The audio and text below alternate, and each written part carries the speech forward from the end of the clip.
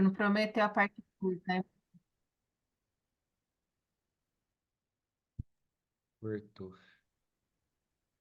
Cortou, Claudinho. Você ia comentar Falei alguma pra coisa? você, não, falei que você prometeu a parte 2 aí, a gente fica esperando. Parte 2 não, é uma participação especial no estudo do Everton. Não tem nada de parte 2 não. É porque eu tinha feito um convite para vocês, né? Consegui um ingresso numa palestra, e aí a gente ficou de dar uma pincelada nela para depois todo mundo poder mergulhar mesmo no texto, né? Vou compartilhar aqui com vocês.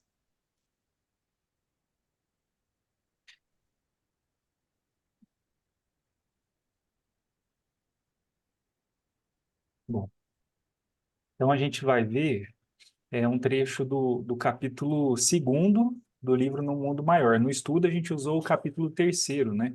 Que o Calderaro foi explicar sobre aquela estruturação da mente, do cérebro, né? E aí, nesse capítulo segundo, a gente vai ter um missionário fazendo uma palestra para um grupo muito seleto de pessoas. E a gente está no meio desse grupo agora, né? Porque se está escrito e a gente está lendo, é porque a gente foi convidado, né? Então vamos aproveitar esse convite, ó. Então começa assim, falando do Eusébio, esse instrutor é o Eusébio. O indefesso missionário, o incansável missionário, malgrado ao constante acúmulo de serviços complexos, encontrava tempo para descer semanalmente a crosta planetária, satisfazendo interesses imediatos de aprendizes que se candidatavam ao discipulado sem recursos de elevação para vir ao encontro de seu verbo iluminado na sede superior. Então começa assim, mostrando, né, e todos esses livros, na verdade, eles mostram como que esse intercâmbio com o mundo espiritual é uma coisa fantástica, né? Então a gente tem um grupo de pessoas que a gente vai ver que a grande maioria deles é de encarnados que aspiram uma situação, aspiram por mais conhecimento e por assumirem uma posição de auxílio, de trabalho, né, junto a esse grupo. E como eles não têm condições de ir até a colônia espiritual para ouvir uma palestra, o instrutor desce aqui na Terra, né, semanalmente, né? Olha que bacana. Temos aqui, em cálculo aproximado, 1.200 pessoas. Deste número, 80% se constituem de aprendizes dos templos espiritualistas, em seus ramos diversos, ainda inaptos aos grandes voos do conhecimento, conquanto nutram fervorosas aspirações de colaboração no plano divino. Olha que bonito, né? Por que que a gente sabe que esses 80% são encarnados? Por exclusão, porque depois ele vai falar que o restante são trabalhadores do plano deles, então do plano dos desencarnados. Então, 80% dos 1.200, 800, mil, mil, né? É de encarnados que estavam lá para ouvir essa palestra, né?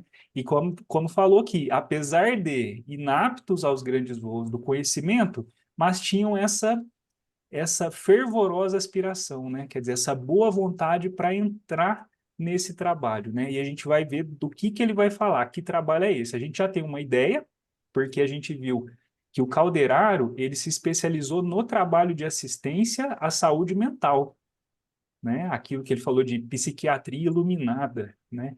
Então, quer dizer, esses trabalhadores aqui, eles também estão buscando isso, e não é um trabalho vinculado necessariamente à casa espírita ou ao templo que eles sigam, né? São diversas vertentes aqui, né? Não são todos vinculados à mesma religião, mas é o trabalho para o dia a dia. Então, eu imagino que sejam até trabalhadores, né? Pessoas que estão aí na lida, no dia a dia, e que cuidam dessa parte, porque são, de fato, é uma missão, né? Você trabalhar com saúde mental hoje é uma missão, porque a necessidade está aumentando, né? E as doenças estão cada vez mais graves. E ele vai falar um pouco também do motivo disso, né?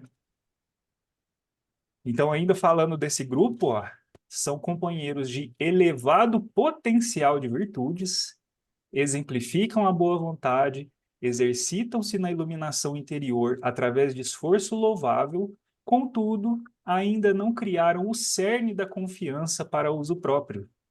Tremem ante as tempestades naturais do caminho e hesitam no círculo das provas necessárias ao enriquecimento da alma, exigindo de nós particular cuidado, pois que, pelos seus testemunhos de diligência na obra espiritualizante, são os futuros instrumentos para os serviços da frente. Olha que bonito, né? Para os serviços da frente, serviço de vanguarda, né? Então, é uma preparação. E olha que bonito, né? Quer dizer, aquilo que a gente sempre fala, que para que a gente consiga conquistar virtudes, é um processo ativo, é um processo que vai demandar tempo, esforço, trabalho. E se a gente quer fazer parte, a gente tem que começar, porque a partir do momento em que você se dispõe, você tem auxílio. Você recebe a retaguarda, você vai ter espíritos que estão à frente para te instruir, para te orientar, para que você consiga se capacitar e no futuro você estar à frente, né? Então, eu achei muito legal esse intercâmbio, né? E aí começa a preleção, né? Aí ele vai começar, o Eusébio, falando, assim, dando um panorama histórico dessa nossa dualidade, de ao mesmo tempo em que a gente sempre teve contato com o conhecimento, né, com noções de espiritualidade profundas, nós fizemos escolhas que estão muito mais ligadas ao nosso instinto, né? Então, por isso essa dualidade, essa oposição, aquilo que a gente até falou no estudo também, né? Que nós vivemos essa situação de dualidade interna e aparentemente uma fratura interna, né? Porque a gente está sempre em conflito. A gente conhece o que é sublime, o que é perfeito, mas a gente acaba escolhendo aquilo que ainda não é perfeito, né? A gente acaba ainda cedendo a muitas coisas e a gente discutiu muito do porquê disso, né? E aí ele vai falar, por exemplo, que ao mesmo tempo em que a gente aprendeu com Krishna, com o povo hindu, a questão da reencarnação, esse conhecimento, depois a gente descia lá e matava um tanto de gente.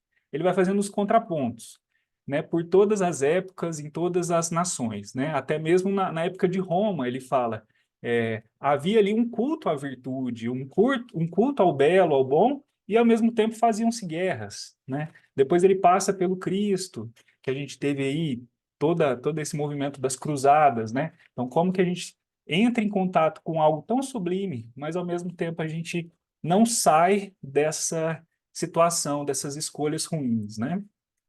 E aí, por isso que ele chega nesse ponto, ó. Foi assim que atingimos a época moderna, estou falando de hoje, né? Em que a loucura se generaliza e a harmonia mental do homem está a pique de sossobro. De cérebro envolvido e coração imaturo, requintamo-nos presentemente na arte de esfacelar o progresso espiritual. Olha o termo que o instrutor usa, né? Até tem um momento da fala dele que ele faz uma pausa, né? E aí o André Luiz vai descrever o semblante das pessoas que estão lá. Então o povo assusta, né? Quem que não assustaria? Imagina você tá lá, né, numa palestra e ele começa a falar dessas coisas, né? E olha que sutil, né? Porque a gente vive hoje essa questão mesmo, cérebro evolvido, quer dizer, não há dúvidas do nosso avanço em termos do intelecto. O avanço científico, né? A tecnologia é uma consequência dessa evolução intelectual, mas, ao mesmo tempo, coração imaturo. E se intelecto e sentimento são duas asas, né, a gente já imagina o problema que é você ter um avião com uma asa só, né? É possível voar? Não é possível, né? Não é possível se equilibrar. E essa requintamo-nos, né? Quer dizer, a gente hoje desenvolveu tantas formas, tantas coisas, tantas oportunidades de acabar com o nosso progresso espiritual, no sentido de atrasar esse progresso, que é algo único na história, né? Só que disso a gente tem um resultado muito, muito forte, né? Muito grave, que é justamente esse processo de evolução coercitiva, né?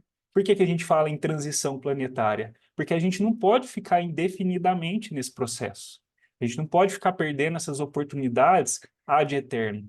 vai chegar o momento em que a gente vai ser cobrado disso, nem que seja para sair de uma situação mais confortável nesse planeta para ir para um planeta, sabe Deus em que situação, né?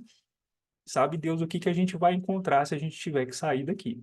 Tudo isso não como punição, mas como método, né? Um processo aí divino para forçar essa evolução que tem que acontecer, né? E aí ele está falando de coisas aqui que tem muito contato até com aquilo, com o vídeo que a Claudinha postou do Mildinho, né?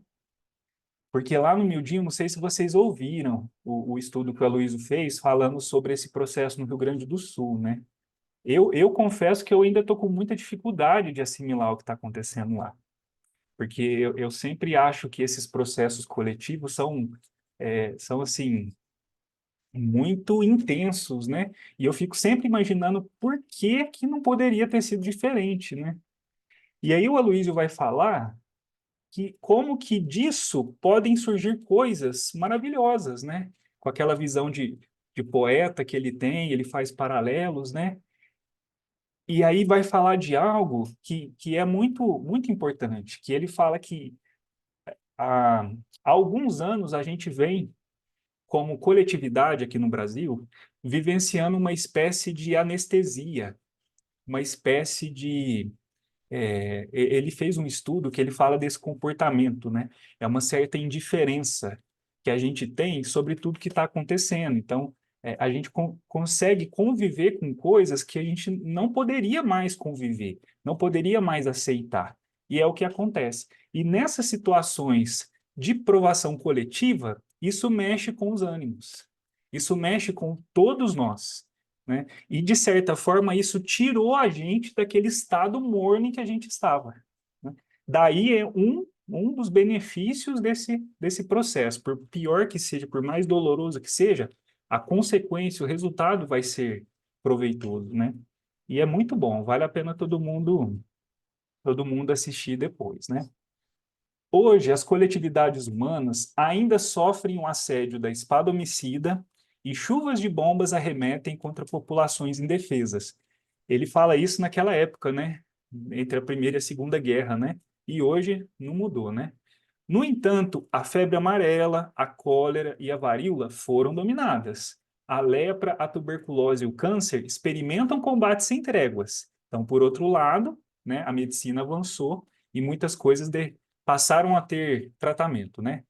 Existe, porém, uma nova ameaça ao domicílio terrestre: o profundo desequilíbrio, a desarmonia generalizada, as moléstias da alma que se ingerem sutis, solapando-vos a estabilidade.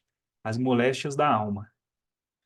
E aí ele vai exemplificar isso, né? Ó. Homens e nações perseguem o mito do ouro fácil, criaturas sensíveis abandonam-se aos distúrbios das paixões, cérebros vigorosos perdem a visão interior, enceguecidos pelos enganos da personalidade e do autoritarismo.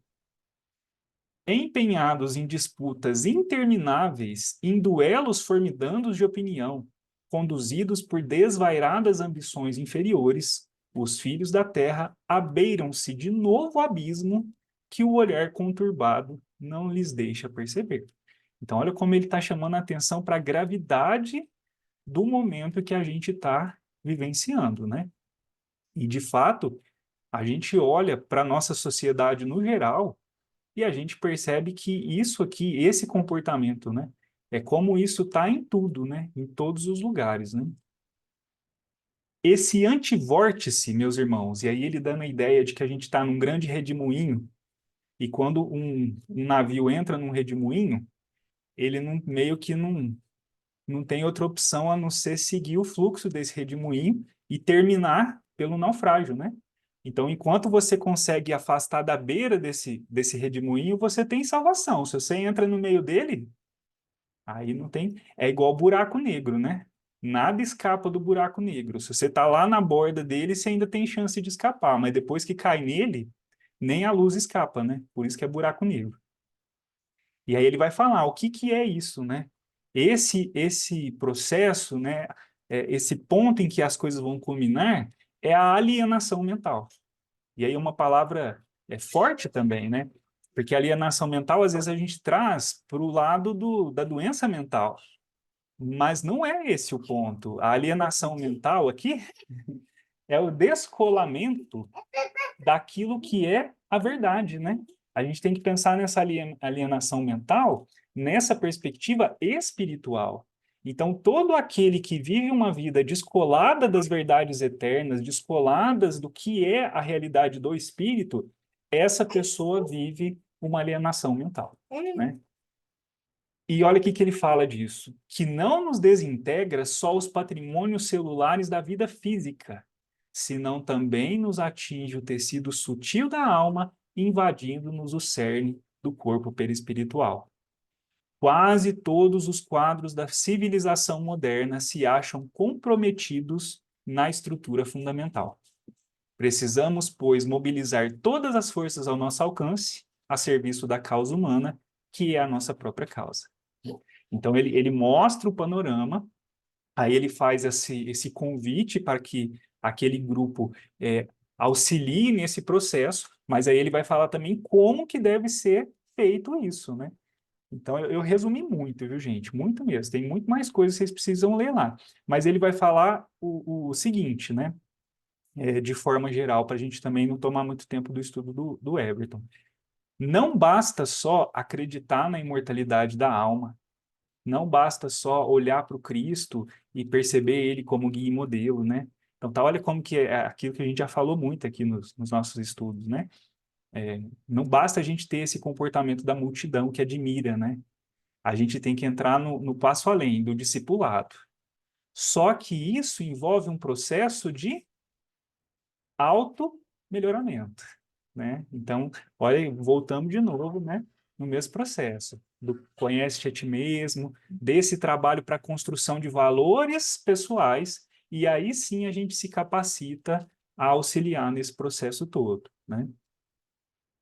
Esse trechinho aqui, ó, deixei para a gente ver como que é muito atual, né? Sopros imensos da onda evolucionista varrem os ambientes da Terra. Todos os dias ruem princípios convencionais mantidos a título de invioláveis durante séculos. A mente humana, perplexa, é compelida a transições angustiosas. A subversão de valores, a experiência social, o processo acelerado de seleção pelo sofrimento coletivo perturbam os tímidos e os invigilantes, que representam esmagadora maioria em toda parte, né? Perturbam os tímidos e os invigilantes. Coisa, né? Como atender a esses milhões de necessitados espirituais se não receberdes a responsabilidade do socorro fraterno? Como sanar a loucura incipiente se não vos transformardes em imãs que mantenham o equilíbrio? Sabemos que a harmonia interior não é artigo de oferta e procura nos mercados terrestres, mas aquisição espiritual só acessível no templo do espírito. E ele fala sobre essa harmonia interior justamente para que seja esse o momento da gente deixar de ser vacilante, né? Vamos trabalhar, eles vão nos ajudar, né? E nós vamos ter essa retaguarda, vamos deixar para trás essas escolhas voltadas à satisfação dos instintos e vamos buscar mesmo é, esse trabalho espiritual, esse trabalho de progresso, de melhora, né? Ele está nos convidando e ao mesmo tempo nos acolhendo. E eu achei muito bonita essa fala dele, muito bonita, muito assim, como um pai mesmo, né? Querendo nos orientar, nos colocar a serviço e ao mesmo tempo nos chamando para trabalhar ao lado dele, né? Depois vocês têm que ler, gente. Eu vou parar aqui. Depois todo mundo lê o capítulo segundo no Mundo Maior, porque é muito bonito mesmo a mensagem que ele tem para nós.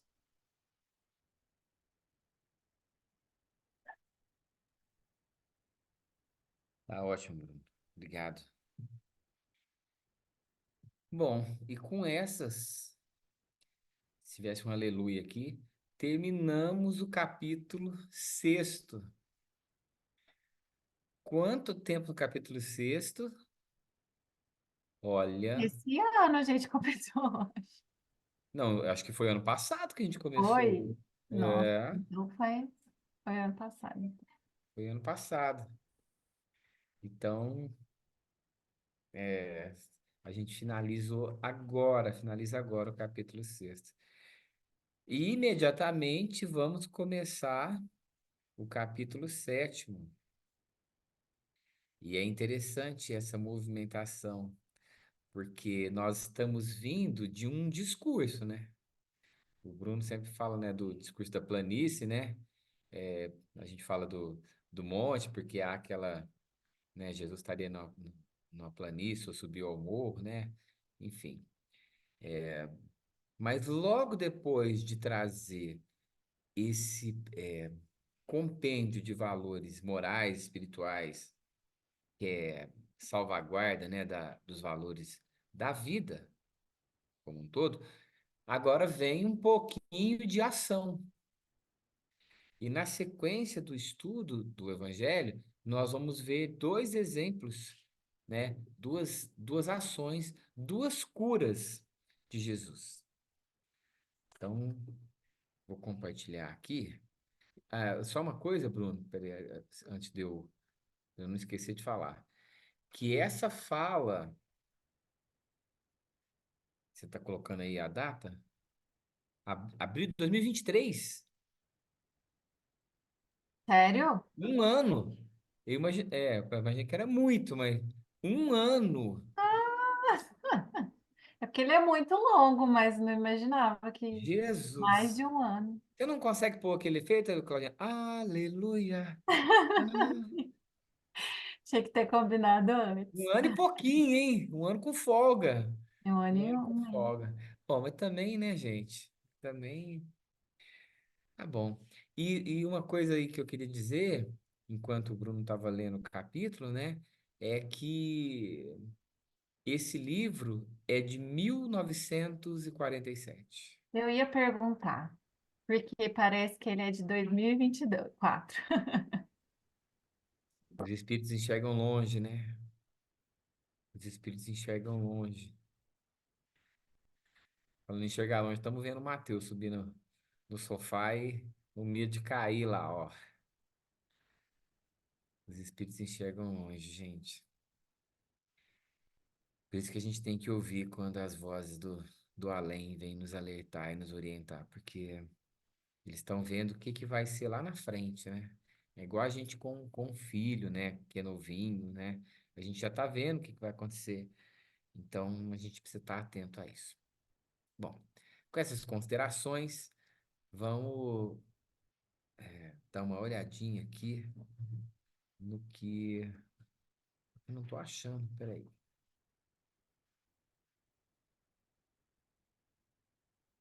Achei.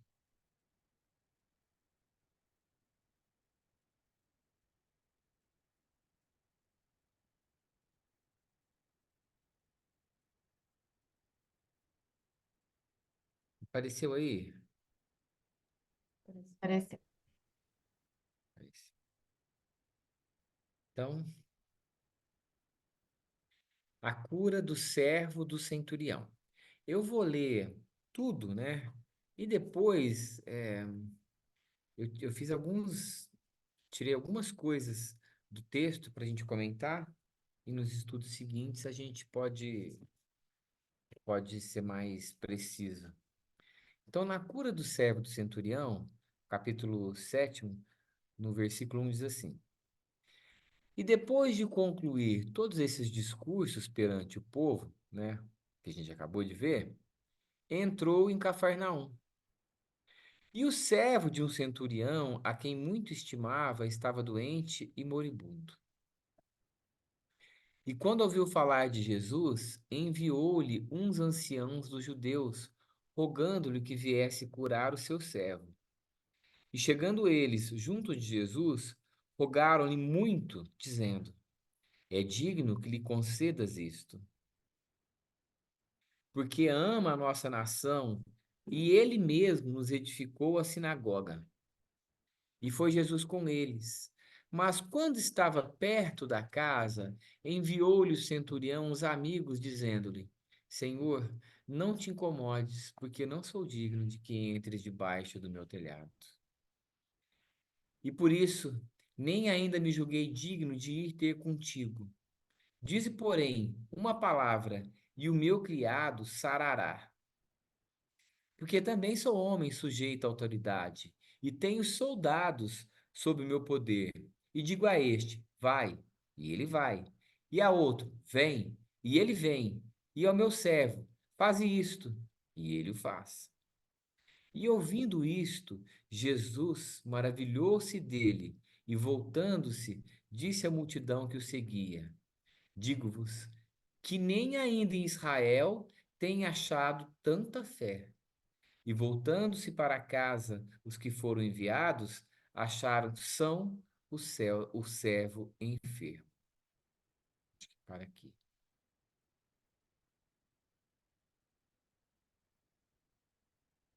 Bom, é bastante coisa. Vou dar uma relidinha aqui para a gente entender o contexto. Não, deixa eu explicar antes. Jesus termina o discurso, termina o sermão e entra em Cafarnaum. E ali, em Cafarnaum, havia um centurião cujo servo do centurião, né, estava doente. Agora, o servo, gente, era um escravo. O servo, ele não era pessoa, ele era coisa para o direito daquela época. Ele era uma coisa sujeita à máxima autoridade do seu senhor, até a vida. Quer dizer, o servo fazia o que quisesse com aquele. Aliás, o senhor fazia o que quisesse com o seu servo. Não havia limitação de poder. Hoje nós temos limitação de uso até das coisas, né? Eu tenho uma propriedade e eu posso usufruir, gozar, dispor dessa propriedade. Mas eu não posso fazer tudo o que eu quiser, qualquer coisa, né? Eu não posso é, colocar o som, trazer uma carreta aqui, colocar um som numa altura é, que vai atrapalhar todo mundo. Não posso construir aqui perfurar aqui 200 metros para baixo, porque vai, enfim, tem limitações. Naquela concepção não tinha. Bom, e aquele homem, esse centurião, ele vai ouvindo falar de Jesus, mandar uma pessoa até lá, um grupo de anciãos até lá, para intervir junto a Jesus em favor do servo, não dele, em favor do servo, que era coisa a quem ele muito estimava. E Jesus atende ao pedido imediatamente. Mas quando estava indo para a casa daquele centurião, outro grupo de judeus, né, de anciãos, vai até Jesus e fala: olha, ele acha que você não é digno ele não é digno de recebê-lo em sua casa. Mas diga para os seus assessores, né, seus ajudantes, para que eles façam a cura. E aí, quando eles voltam até a casa, o servo está curado. Grossíssimo modo, é isso aí. Agora, o nosso trabalho é dar uma minudências nessa Eu ia falar esmiuçada, você foi mais esmiuç- elegante. minudências fica melhor, né? Então, deu para entender o contexto. Então, eu vou reler o texto e vou explicar uma coisa ainda só antes disso. É que nós estamos lendo no Evangelho de Lucas, mas a mesma passagem é contada no Evangelho de Mateus, capítulo 8. E no Evangelho de Mateus, não há esses anciãos para conversarem com Jesus. É o próprio centurião quem vai procurá-lo. Estou falando isso tudo porque depois tem um videozinho aí que para a gente não se confundir. Então, com essas considerações, vou reler. E depois de concluir todos os discursos, esses discursos perante o povo, entrou em Cafarnaum. Tempo, lugar. Termina uma coisa, chega num lugar, Cafarnaum. E o servo de um centurião, a quem muito estimava, estava doente e moribundo. E quando ouviu quem? O centurião, ouviu falar de Jesus, enviou-lhes uns anciãos dos judeus, rogando-lhe que viesse curar o seu servo. E chegando eles junto de Jesus, rogaram-lhe muito, dizendo: É digno de que lhe concedas isto. Merecimento. Porque ama a nossa nação. Porque ele não era judeu, ele era romano, soldado do exército romano. E ele mesmo nos edificou a sinagoga. Sinagoga para quem? Para os judeus. E foi Jesus com eles. Mas quando já estava perto da casa, enviou-lhe o centurião uns amigos, dizendo-lhe: Senhor, não te incomodes, porque não sou digno de que entres debaixo do meu telhado. E por isso, nem ainda me julguei digno de ir ter contigo. Dize, porém, uma palavra, e o meu criado sarará. Eu não consigo ver o texto. Porque também eu sou homem sujeito à autoridade, e tenho soldados sob o meu poder. E digo a este, vai, e ele vai. E a outro, vem, e ele vem. E ao meu servo, faze isto, e ele faz. E ouvindo isto, Jesus maravilhou-se dele. E voltando-se, disse à multidão que o seguia: Digo-vos que nem ainda em Israel tem achado tanta fé. E voltando para casa, os que foram enviados acharam são o servo enfermo. Bom, esse é o contexto. Então agora eu vou. Este contexto. É, a cinematografia? Cinematografia? É, Cinema? é, é, ela imortalizou essa cena no cinema, porque imortal já está há muito tempo pelos evangelhos, e eu vou pedir para Claudinha mostrar para nós, num videozinho curto, esse encontro.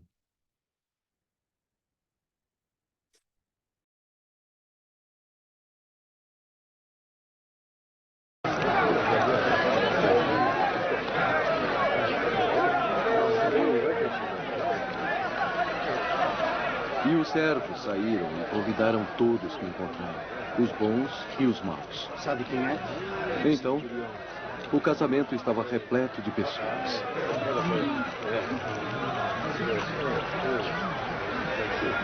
Desculpe importuná-lo, Rabi. Mas eu gostaria de lhe pedir um grande favor. Eu tenho um criado em minha casa. Eu o quero muito bem. Ele é bom, é cuidadoso, é mais um filho que um criado. Está muito mal. Morrendo, eu temo. Rabino, com toda humildade... Você quer que eu vá à sua casa? Está bem. Eu irei com você. Não. Eu não sou digno de que entre em minha casa. Eu sei que se disser uma palavra, meu criado será curado. Eu sou um homem da autoridade. Eu mesmo tenho autoridade sobre 100 soldados e se eu disser a algum deles, faça isso, eu sei que ele fará.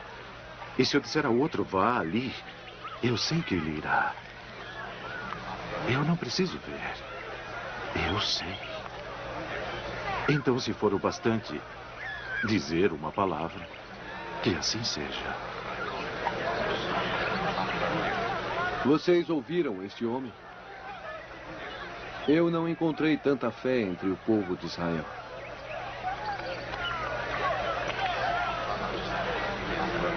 Pode ir.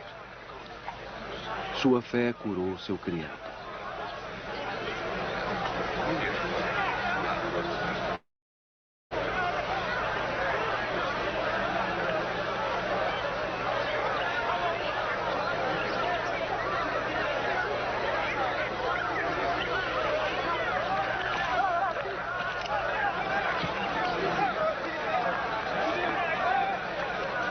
Então ele é amigo dos romanos. Suas ordens mudam. Décio! Vamos para casa! Está tudo bem! Marcos está bem, seu criado está curado! O quê? Venha, vamos! Venha ver por você mesmo! Eu mesmo vi!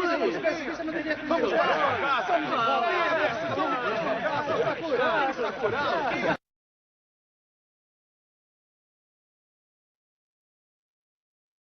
Antes, tem um outro vídeo com essa mesma passagem, com algumas diferenças, né? Mas antes de eu pedir para a Claudinha colocar, eu quero que vocês pensem, se quiser anotar, mas pense, para depois todo mundo abrir o áudio e falar uma palavra daquilo que mais impressiona nessa passagem a vocês.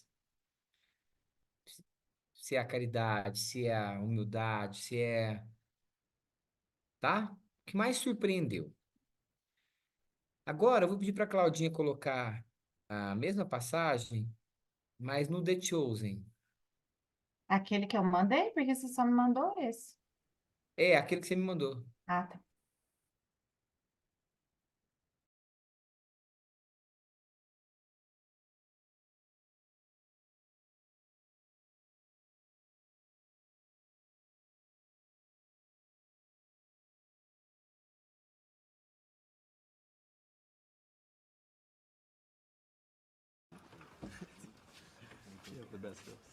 Praetor Gaius.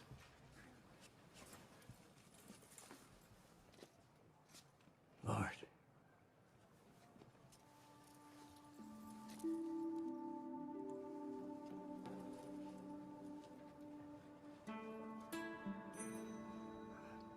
My servant boy is lying paralyzed at home. He has been sick for so long, and now he is suffering terribly, near death. Take me to him. Lord, you call him Lord? I am not worthy to have you come into my home, and I know you would not be comfortable as a Jew in a Roman's home. But you only need to say the word, and he will be healed. I'm not worthy. The truth about the child, he's actually my son. I am so ashamed I shouldn't even be asking you, but I am. And I know you can do it. Master, I never thought I'd say this, but he is worthy to have you do this for him. He loves our people. He has helped us. I know. Do not trouble yourself. You can heal him from a distance with only a word of command.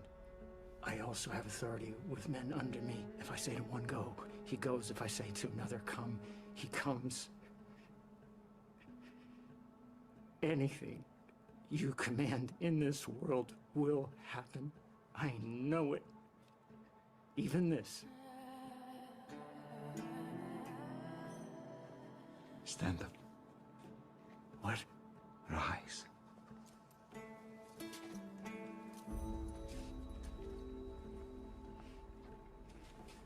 Did you all hear this, man?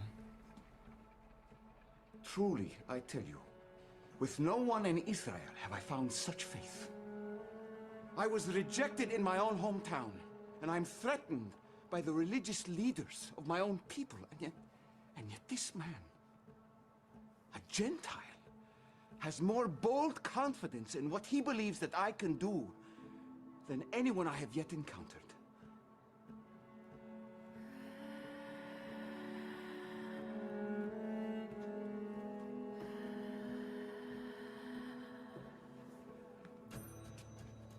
Go. It has been done for you according to your belief. Thank you. Thank you. You have brightened my day to encounter this kind of faith.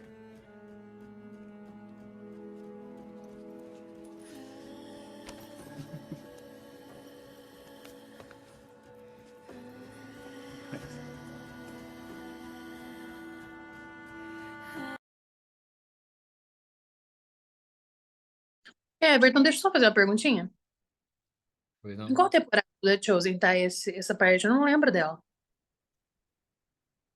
E eu não sei. Na quarta temporada, né, Claudinha? Ainda não tá só. Eu acho que alguém gravou. Tá só a. Ah, Ah, eu tenho, Já viu? Tem um deixa negócio eu. aqui em casa que tem essas coisas aí. Se alguém quiser vir assistir, minha mãe tá assistindo aqui. É, mas não nessa temporada, Essa vai temporada. até a terceira aqui na plataforma. na plataforma. Bom, eu queria ouvir o que que mais chama atenção nessa passagem. Uma das coisas, uma coisa só. Começa, Claudinha. Vou na ordem do meu vídeo aqui. Sem áudio. Nossa. O óbvio é a fé, né? A fé. Confiança, a One. entrega, né? One. É uma só. Enfim. Bruno, Eu também fico com a fé. com a fé. Taizinha quer dar uma opinião?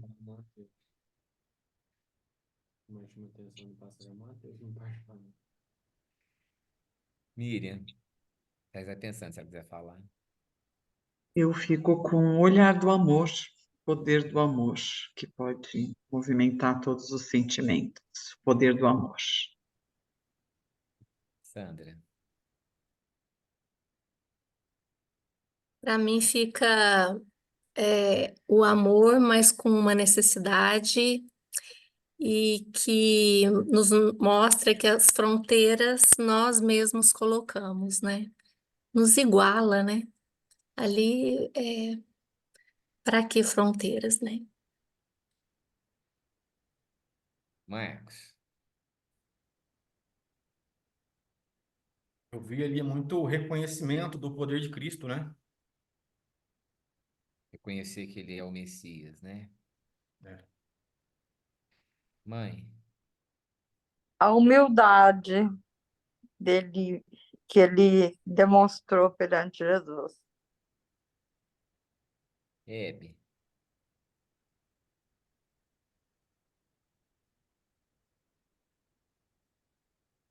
Hebe,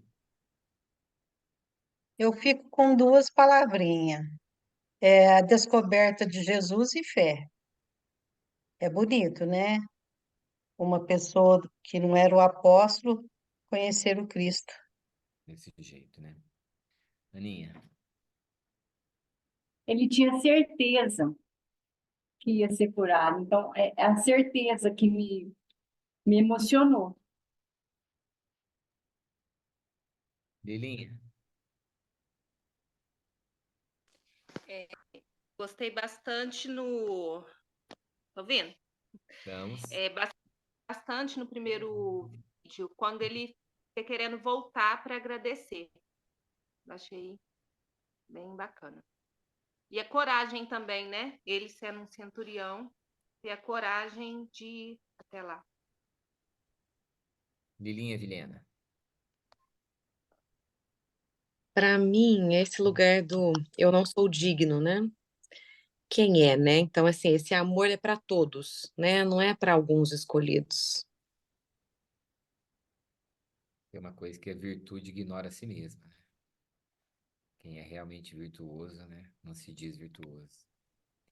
Karen, Humildade.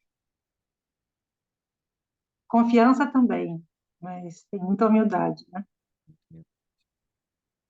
filho, A clareza dele de saber que ele está na frente de um verdadeiro senhor do mundo, assim. Ele se curvar como gentil, que era um cara acima dele, socialmente falando, e ele ajoelha para conversar com Jesus, que socialmente era abaixo. a Carla já colocou, eu tô com a impressão que ela não tá podendo falar hoje, porque ela colocou a fé. Daiane. Bom, agora tem uns aqui que eu não sei se pode falar. Daiane? Para mim, é o reconhecimento, ele reconhecer em Jesus essa esperança dessa cura e a fé que isso ia dar certo, né? Tá bom. Flamas. Eu acho que é a fé também, Everton. A fé é o que mais chama atenção. Uhum. Clarinha. A Clara, não sei se pode falar. A Larissa. Para mim foi a humildade. Ele reconhecer que o único que poderia salvar, né, era Jesus. Vive. Sem dúvida, a humildade dos dois, né? De, de Jesus o que ele era mesmo? Era um, Centurião. não, mas ele tinha um nome, Rimini, como que é? Esqueci. Primus, né? Que ele foi promovido a Primus. Pretor. Dos dois. Pretor. Não, Pretor era o outro. Era o careca. É lindo, é lindo, é lindo, é lindo num nível assim, é muito comovente. Mir. Para mim é a coragem. Esse olhar nos olhos de Jesus e fazer esse pedido, ele levou um tempo, né, para criar essa coragem. Mesmo ele sabendo que Jesus ia curar, ele demorou um pouco para conseguir fazer isso.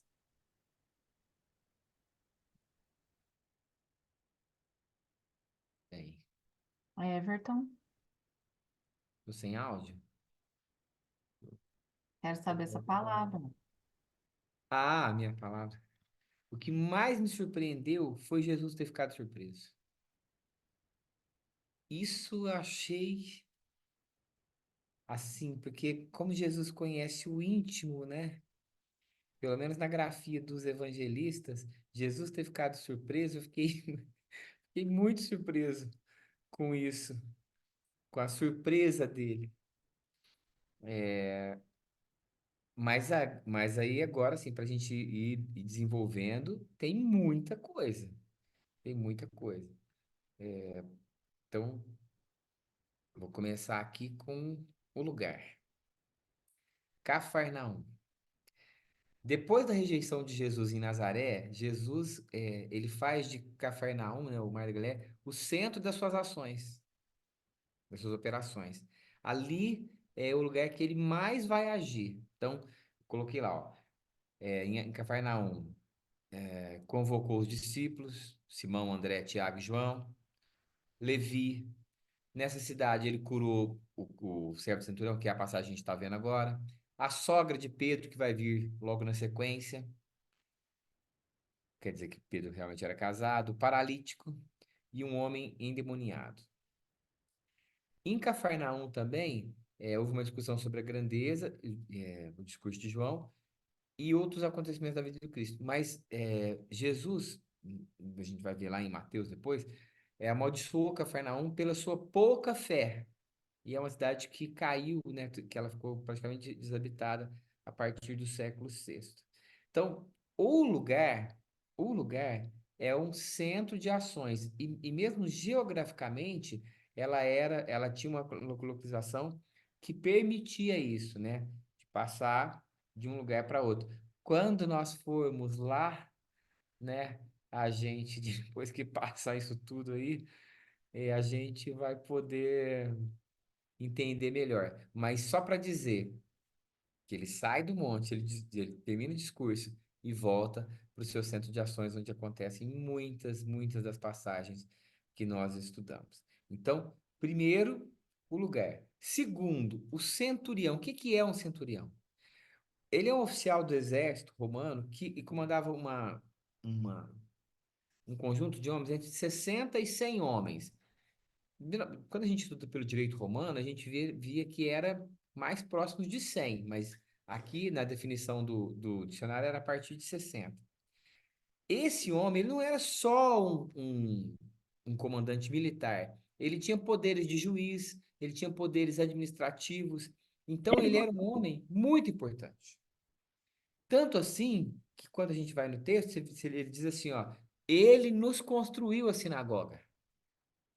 Então ele não era um homem comum, ele era um homem que detinha poder, sobretudo frente a um judeu pobre sem casa, que era o caso de Jesus, né? Então, no Novo Testamento, a gente vai ver 4 citações sempre benéficas aos centuriões. Cornélio, tem um livro espírita, né? Cornélios, o centurião que amou Jesus, lá em Cesareia. Júlio, que tratou Paulo com muita gentileza e bondade quando ele foi a Roma, isso já está no Atos dos Apóstolos. Esse centurião que a gente está vendo, e o centurião que nós já estudamos, que é Longinos, né? Que depois vai ser nosso Dom Pedro II. Então, todas as citações a esses soldados, né, são para falar bem deles, que é uma coisa que chama a atenção, porque eles não são filhos de Abraão. Eles não são judeus. Eles são do povo que oprime os judeus, que escraviza os judeus. Então, isso, tempo, lugar, quem? As pessoas, né? Então, sobretudo, a figura do centurião. Aí eu pus essa figura do Divaldo, mas eu não coloquei o texto, porque eu quero explicar uma coisa. E a gente até não tem muito tempo, então vou concluir isso para a gente poder parar. Em Mateus, fala que foi o próprio centurião. Em Lucas, diz que ele manda um grupo de pessoas intervir, anciãos, né, pessoas que eram respeitadas na comunidade, para intervir junto a Jesus. Nesse livro, com a psicografia do Divaldo, conta que a dinâmica dos acontecimentos foi realmente Jesus receber um grupo de judeus, e não o próprio centurião, como é o jeito que a gente viu nos vídeos. Então, para entender, nos vídeos, a gente vê o centurião pedindo, que é como está no Evangelho de Mateus. Em Lucas, é um grupo de pessoas que pede em favor dele, intercede por ele. Por quê? Porque a seus olhos, ele não era digno de receber Jesus, e aí não é porque a lei proibia, e a lei proibia, né, de receber, dele adentrar e o romano recebê-lo, ele adentrar uma casa que não fosse um judeu, mas não é por isso, é porque ele não se julgava digno de pedir a Jesus, e muito menos de receber Jesus em sua casa. Eu lembrei de uma música que nós cantamos uma vez no Encontro com Jesus, que daqui a pouco já está aí de novo, do jeito que as coisas vão, que ele fala assim: Senhor, Senhor, quem sou eu para que entreis em minha morada? Mais um fio de sua luz numa telha quebrada ilumina uma vida para sempre, Jesus. Jesus Salvador. É a música do Roberto, do tempo que eu era criança, então tem bastante tempo. E as casas, né? Quem tem casa de roça, né? Ia nas casas, as casas não tinham forro, né? Então, se tivesse uma telha quebrada, até o luar, né? A gente via o luar. Eu me lembro em criancinha, eu via o luar e falava pra minha avó: vó, já amanheceu, vamos levantar. E a minha avó, com paciência, né? Eu tinha 3 anos. Ela falava: não, meu filho, tá de noite ainda. Não tá, vó, eu tô vendo lá, ó. Olha lá pra senhora ver. Aí ela tinha que levantar, acender a luz, para eu ver que tava de noite mesmo, né? Ela falava: ah, tá bom, então vamos dormir de novo. E aí, quer dizer, então na música do Roberto, ele fala: mas um fio de sua luz numa telha quebrada ilumina para sempre uma vida, Jesus. É o que acontece aqui com o centurião. Ele fala: Senhor, não preciso, eu não sou digno de te receber. Basta que o Senhor mande. Basta que o Senhor mande e tudo ficará bem. Tudo ficará curado. Então, essa dinâmica, ela é diferente. E é isso que está no livro que a Joana é o Espírito e Divaldo psicografou. Mas um dado muito interessante é que no livro conta o nome desse centurião, que não está nos testamentos. nos evangelhos. Sabe qual é o nome dele?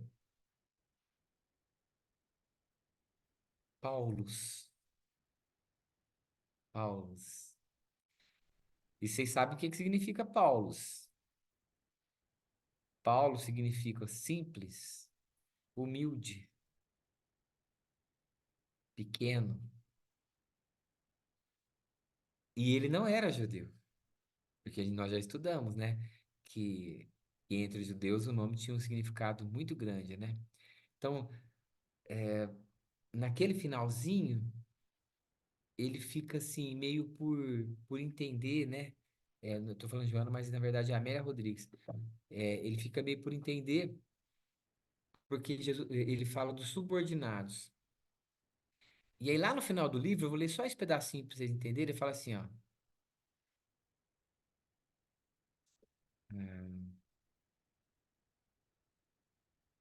A quais servos se referia Paulo? Interrogou Simão ao anoitecer naquele dia. Não sabes que sou rei? Não tenho falado do reino do amor? Os meus servos são aqueles que fazem a vontade do meu Pai e referendam, atendendo a minha vontade, segundo minhas ordens. Simão o fitou, sem o carregado, interrogativo. E para que o esclarecimento se fizesse inesquecível, o mestre arrematou: Convoquei-te a pescar homens nas águas do mundo, Simão, faz pouco. Esta é a minha vontade. Serás também, logo mais, meu servo, e assim recolherás aqueles que, como Paulo, estiveram sossobrando em águas turvas e agitadas. Faz-me à vontade, pescará homens. Simão compreendera. O rosto largo, requeimado, se abriu com ingênua alegria. Nas sombras espessas sorriam as estrelas, divinos diamantes. Quero, nunca vi igual a deste homem uma fé como esta em Israel. Então,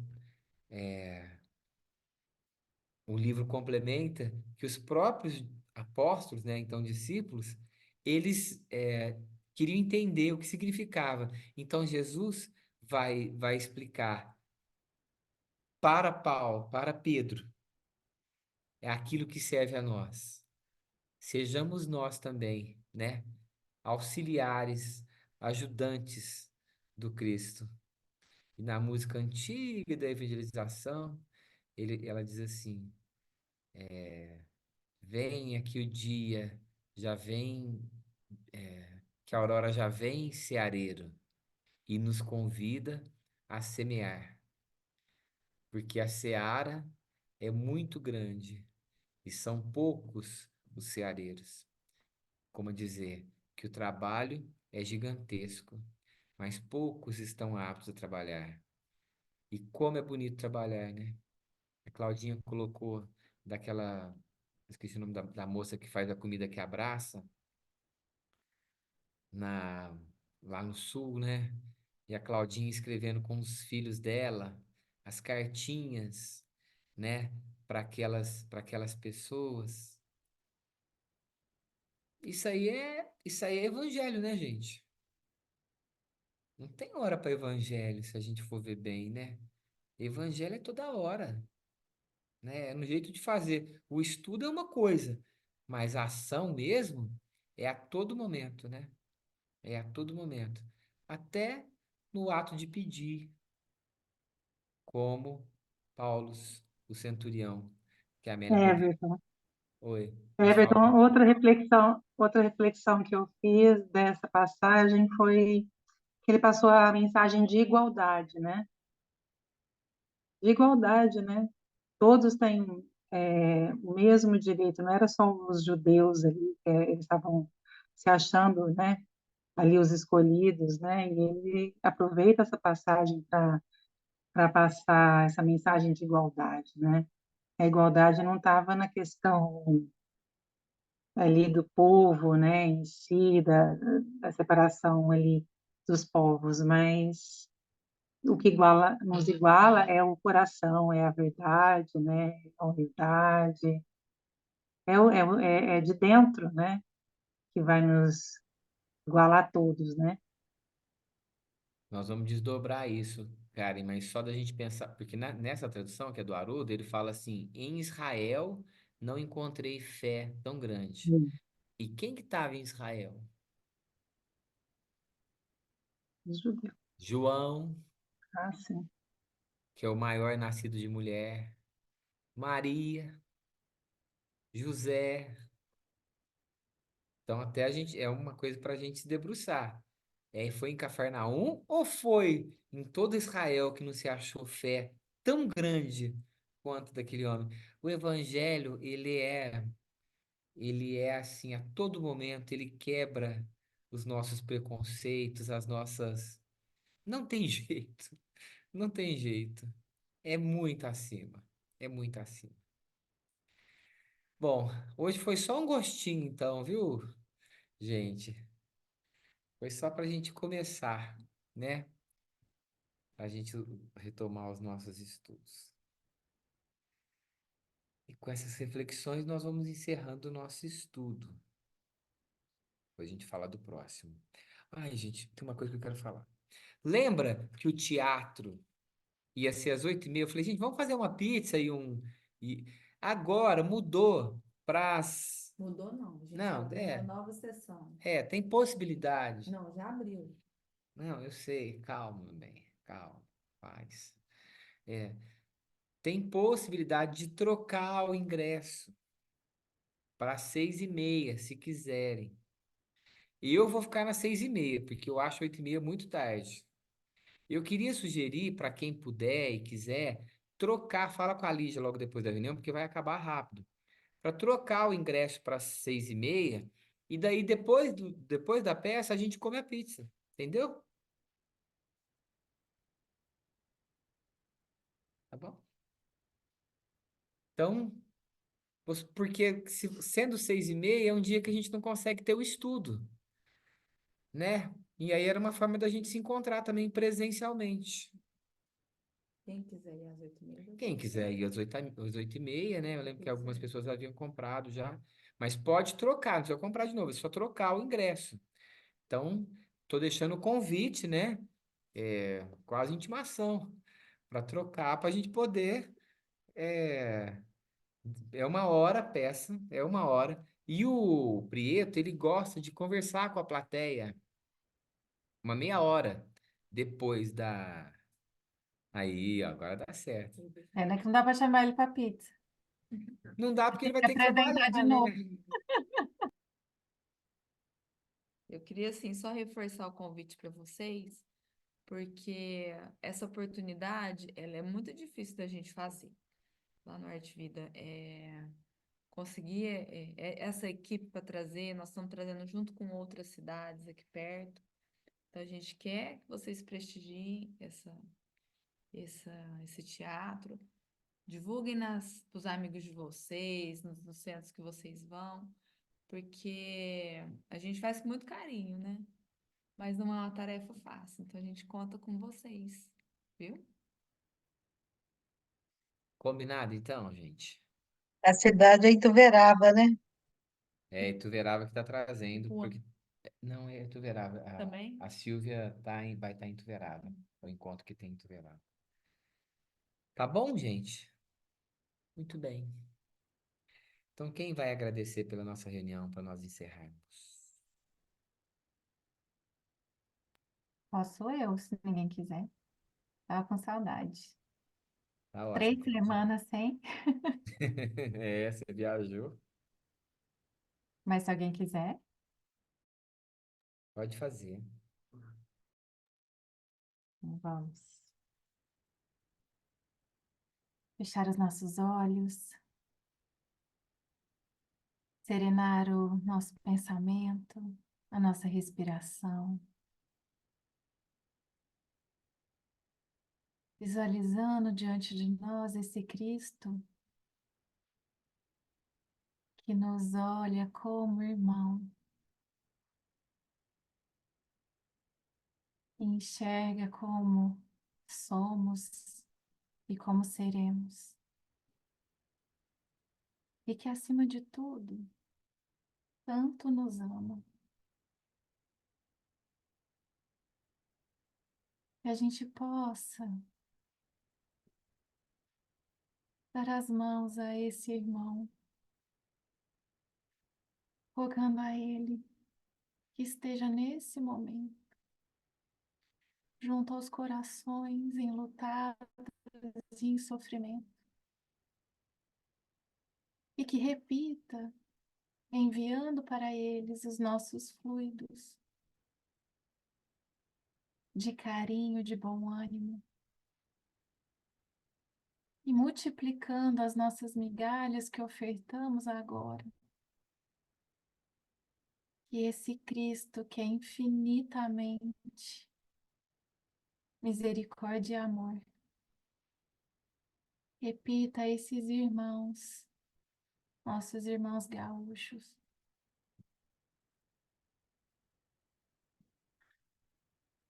estamos juntos. Você é profundamente amado por Deus. E isso logo vai passando. Mestre Jesus, obrigada por estar sempre ao nosso lado, fomentando a esperança nos nossos corações. Que possamos ser sempre instrumento do seu Evangelho. E que tudo que ofertarmos, Senhor, de melhor que há em nós, possa ser multiplicado por suas mãos. Abençoa o nosso dia, a nossa semana, a nossa noite. Abençoa, Senhor, o nosso povo, o nosso planeta, cada ser que aqui está nesse caminho de evolução. Obrigada por sua presença, Senhor. E te pedimos ainda que continue ao nosso lado, nos abençoando, protegendo e guiando. Que assim seja.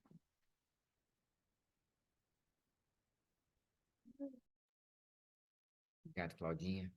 Obrigado, gente. Boa semana a todos. Até domingo. Obrigada.